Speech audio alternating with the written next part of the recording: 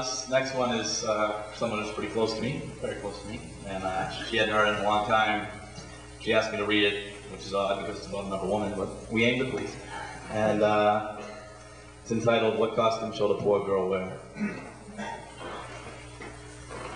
I was pretty pleased to see you looking so fine when you came to pick me up. I admit it, I wanted to show you off.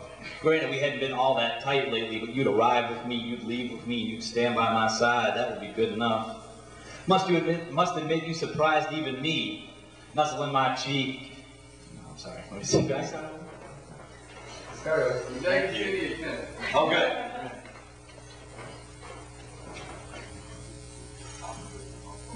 I was pretty pleased to see you looking so fine when you came to pick me up. I admit it, I wanted to show you off. Granted, we hadn't been all that tight lately, but you'd arrive with me, you'd leave with me, you'd stand by my side. That would be good enough. Must admit you surprised even me, plopping yourself in my lap, nuzzling my cheeks and flirting with me across a crowded floor. My friends all adored you. My boss thought you were a little treasure. I couldn't have hoped for much more. Floating through the scene like one of Fitzgerald's flappers, you couldn't have done me more proud. Wrapping your arms around my neck and whispering about how much you adored me as the music grew progressively loud.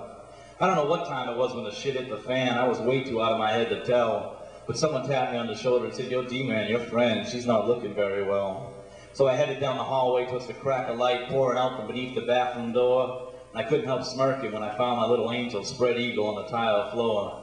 Wonder if you saw the compassion in my eyes as the wallpaper above your head did spin. And you pressed your flesh hard against the coolness of the porcelain, and I wiped a string of vomit from your chin. We snuck into that empty bedroom where I stroked your hair and I helped you ride it out. There's something unmistakably adorable about the body of a woman accompanied by a little girl pout. Neither one of us were in any shape to drive that night, so when Scrapper told us of that fold-out couch, it came as quite a plus. Your arms draped limp over my shoulder as I dragged you to your feet. I felt more like a brother than a lover, and maybe that's what's meant for us. I scooped you up in my arms and carried you down the hall like some hero from a bad sci-fi flick. I propped your head to the side so you wouldn't pull a Jimmy, an old near-death party experience trick. I climbed into that bed at least 4 feet away. Still, I heard discouraging words from behind. "You think that's a good idea? I mean, what if he tries to take advantage of her?" And 1,000 retorts came howling to my mind. "Who the fuck are you to make that kind of assumption?" I wanted to jump up and say. I thought of that little girl lying there as a close friend of mine long before I ever pictured her away. I didn't, of course. I couldn't find the energy, and people will always think what they will. Best to let them float above and try to attain their little socially superior thrills. In the morning, you pulled yourself close, kissed my cheeks, and stroked my chest with your chin, and I felt I had laid out unnecessary cab fare to take the same ride again. Later at the rap, my friend Eric said, "That woman at the party, she was beautiful," as he handed me the beer he would buy me. I said, "Thanks, man, but I got enough memories keeping me awake at night. I sure as hell don't need you to remind me." And someone's at fault for us never going anywhere, and I suppose most of that blame is mine. But given the choice between the risk of a noisy confrontation or nothing, I'll sleep alone with the silence every time.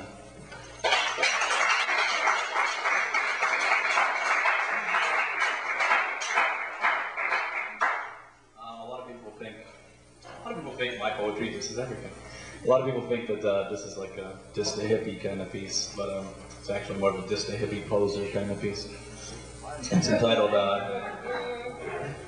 Princess. Princess, turn down that protest noise and try to find me some blues, cause that Cartier watch and your lily white wrist tends to tarnish your radical views. I played in those projects that you weep about in your sensitive sociology class, but your sympathy's shallow, cause I've seen your type roll up the windows and lock the doors when they pass. I was in the alleys where the deals went wrong. I know who's in hiding, I know who didn't survive, cause I held a man who can't sleep at night cause he offed him, and I consoled the mother who's certain her boy's still alive. And I heard the gunshots outside of the Wormtown Cineplex when I was but 16 years old. And I learned in there that this life's never easy. It's cheap, and it's dark, and it's cold. And I watched that prostitute stagger about. It wasn't dramatic like the movies inside. She just fell to the ground in a pool of her blood. She rolled over, she coughed, and she died. And I didn't spend my summers in the Hamptons. No, I spent them in the textile mills. I saw the lies that they swallow up whole and the dreams in the eyes that they killed. So you can complain about these violent chains on my wrist, but I know they'll stop the blade of a knife. If you come home with me, what your friends would call slumming, this costume jewelry just might save your life. That whiner we saw, he was sure you could save if you could only get him a job and some clothing that fit. He's half in that bottle. He ain't thinking of no 9 to 5. He's thinking of her, and she's gone, and that's it. So hang your posters and sing your chants and go on about your world reform plan. Like the clubhouse design of a 6-year-old kid, it looks good on paper, but it ain't gonna stand. No, I don't want to read no biography about some hippie hero you so strongly claim to adore, because the majority of them cut their hair and wrap their arms tight around the system. Who you think's minding the store? And most of them were bourgeois college boys anyway, some executive's kid out protesting for fun. It was 1969, right now I'd be knee-deep in rice paddies. The law don't look the other way for no grease monkeys, son. Yeah, all right, burn some of that incense. Yeah, that smells kind of nice, but for Christ's sake, turn off that goddamn lava lamp. And hold me because I'm lonely, not because you think I'm a beautiful person. There ain't nothing beautiful about being awoken by memories that shake you till you're chilled and you're damp. And Princess, let me brush the hair out of your eyes. Don't take me too seriously. I think that your optimism's fine. And I hope you do solve all the world's problems someday. But right now, kick off that light. Try and chip away at mine.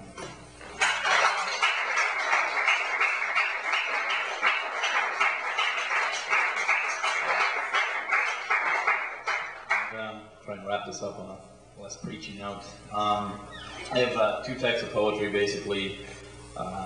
Factual, historical, and bitch and moan, and this one definitely leans towards the latter. Oh, good. It's called I Think McIntyre Likes Me, What Should I Do? It's really a work for its time. It's entitled, It's entitled, You Lied to God. You seen this before? Oh, fuck it, I'm going to do something else. The most enlightening moment in a great leader's life when they finally ascend to the throne is the realization they've come as far as they can and had the wisdom to do it alone. Lately, I've been running for no apparent reason, like an unofficial contestant in a race. If I don't feel completely out of control, I at least feel slightly out of place. See, I'm far too schooled to hang in the streets since the homies don't like the big words, but I can't embrace the corporate climbers who find my refusal to ask is absurd. And even my ventures to the bohemian world sometimes leave me with a feeling of defeat. I find the drunks in the alley far more stimulating than the supposed intellectuals I meet. And you can't look to your loved ones for guidance, because you can't believe half what they told you. It might appear that they're out to show you the way, but in reality they're just out to mold you. With their left hand on your shoulder, they'll push you out the door saying you can be anything you want to be. With their right hand, they'll slip a hook around your spine saying, but it better be something like me. And I'm surrounded by people proudly proclaiming their individuals, big awakening. Now tell me who isn't. Nursing homes full of old men screaming they did it their way when any 5-year-old who hears their story can easily tell you they didn't. And I've got some woman in my face wearing wooden sandals with leather straps bitching about animal rights and deforestation, while some clown with a $1,200 camcorder on his back is telling me materialism's destroying the nation. I can't even trust the writers I idolize, the all-knowing who wrote of life from such clout. But they lived it through a bottle at the tip of a syringe, or bought a shotgun and took the easy way out. In fact, the only rebel I can think of is the least likely candidate, it seems. A timid kid who never grabbed hold of the wildlife, but who never let go of his dreams. He spent 6 long years in a technical college, a learning mill where they supposedly churn out geeks. Now he drives his brand new car to his spacious apartment and pulls in $1,000 a week. I suppose some would write him off as socially inactive as they mill about their smug communal hives. But he put his talents towards medical research, and while you're collecting signatures, he's saving lives. And maybe he's not leading a royal life, but he made the rules and he set the tone. Instead of whining about his dreams, he made them come true. And he did it all on his own.